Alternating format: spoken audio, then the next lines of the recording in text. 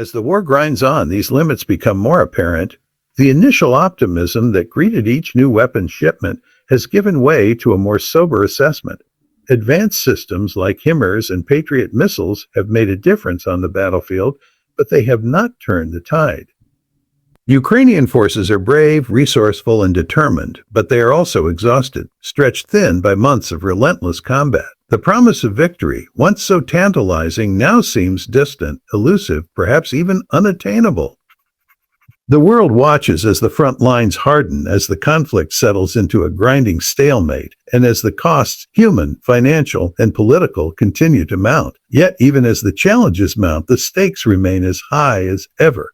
For Ukraine, the war is a fight for survival, for sovereignty, for the right to determine its own future. For the United States, it is a test of credibility, of leadership, of the ability to shape the world in accordance with its values and interests. And for Russia, it is a battle to reclaim its place in the world, to rewrite the rules of the international order. Each side is locked in a contest of wills, each convinced that time is on its side, each hoping that the other will blink first. Fights.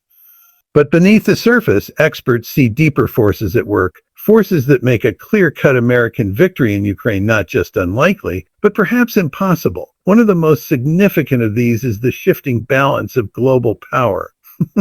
For decades, the United States enjoyed a position of unchallenged dominance. Its military, its economy, its alliances, all combined to give it unparalleled influence. But that era is ending as China is rising, Russia is resurgent, and a host of regional powers are asserting themselves in ways that complicate every American calculation.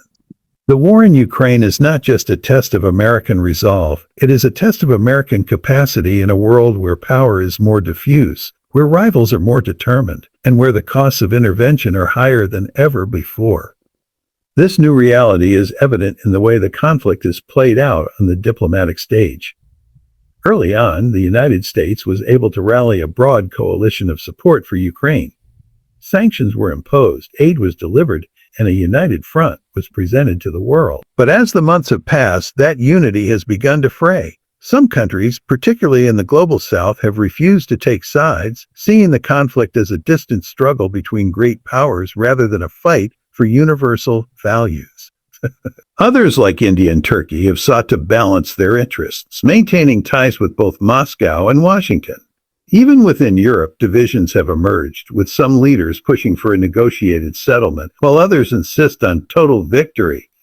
This diplomatic complexity has real consequences on the ground. Every shipment of weapons, every package of aid, every new round of sanctions must be negotiated, coordinated, and implemented across a web of competing interests. Delays are inevitable, compromises are necessary, and the result is often less than the sum of its parts.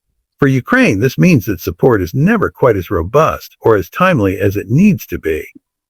For the United States, it means that every step forward is accompanied by a host of new challenges, each one demanding attention, resources, and political capital. Meanwhile, Russia has exploited these divisions with skill and determination.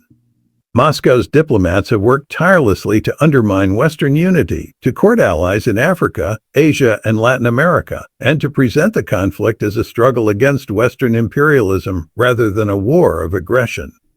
Russian energy exports continue to flow, often through back channels and intermediaries, providing the Kremlin with the resources it needs to sustain its war effort. And Russian propaganda, amplified by a network of sympathetic voices around the world, has succeeded in muddying the waters, sowing doubt, and eroding support for Ukraine.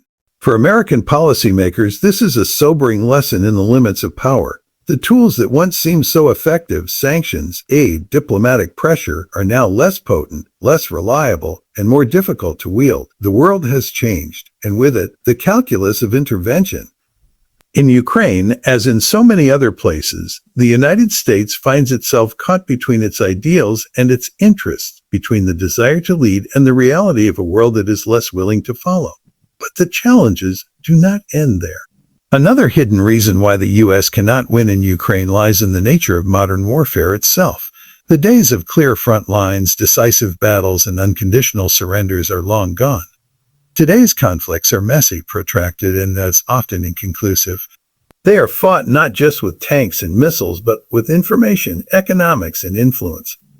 In Ukraine, this has meant a war that is as much about perception as it is about territory, as much about shaping narratives as it is about seizing ground.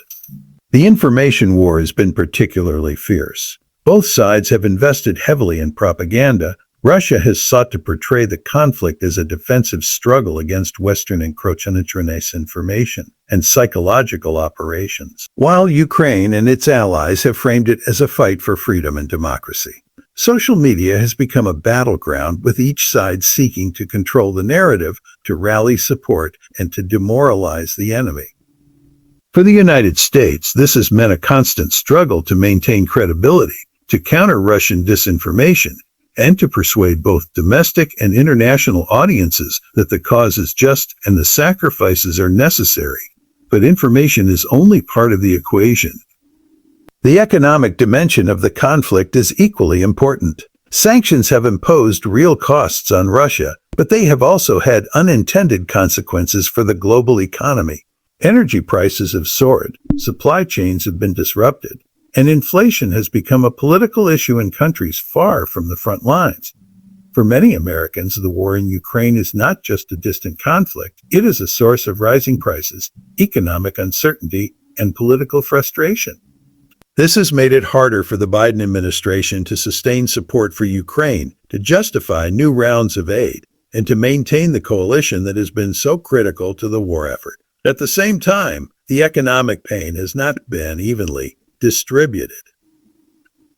Some countries, particularly in Europe, have borne the brunt of the fallout, facing energy shortages, rising costs, and political backlash. Others, like China and India, have benefited from discounted Russian oil and gas, strengthening their own economies while undermining the effectiveness of Western sanctions. This uneven impact has created new tensions within the alliance as each country seeks to protect its own interests, to minimize its own costs, and to avoid being left behind. All of these factors combine to create a situation in which victory is not just elusive, but perhaps unattainable. Hi, Kitty. The United States can provide weapons, money, and diplomatic support, but it cannot change the fundamental realities of geography, politics, and economics. It cannot force its allies to act against their own interests. It cannot compel Russia to accept defeat. And it cannot guarantee that Ukraine will emerge from this conflict whole, free, and secure. Yet even as these hidden reasons become more apparent, the pressure to win remains intense. Politicians, pundits, and the public all demand results, all expect progress, all want to believe that their sacrifices are making a difference. This creates a dangerous dynamic, one in which the temptation to escalate, to double down, to take greater risks becomes ever more powerful. The history of American foreign policy is littered with examples of wars that began with limited aims and ended in disaster, of interventions that promised quick victories and delivered only prolonged suffering. In Ukraine, the risk is that the United States will find itself trapped in a conflict it cannot win, unable to withdraw without appearing weak, unable to prevail without incurring unacceptable costs. The longer the war drags on, the greater the danger that it will spill over into other regions, that it will draw in new actors, that it will escalate into a wider confrontation. The specter of nuclear war, once thought to be a relic of the past, now looms over every decision, every calculation, every move on the chessboard. For the experts who study these issues, the lesson is clear. The United States must recognize the limits of its power, must accept that not every conflict can be won, must learn to live with ambiguity, uncertainty, and risk. This does not mean abandoning Ukraine or surrendering to Russian aggression. It means being honest about what is possible, about what is at stake, and about the costs that must be borne. As we look ahead, the question is not whether the United States can win in Ukraine, but whether it can avoid losing, whether it can find a way to protect its interests, to support its allies, and to manage the risks of escalation without being drawn into a quagmire. This will require not just military strength, but diplomatic skill, strategic patience, and a willingness to make hard choices. In the next section, we will explore the human dimension of the conflict, the stories of those on the front lines, the impact on Ukrainian society, and the ways in which the war has reshaped the lives of millions. Because in the end, the true cost of this conflict is not measured in dollars or weapons, but in the lives that are changed forever.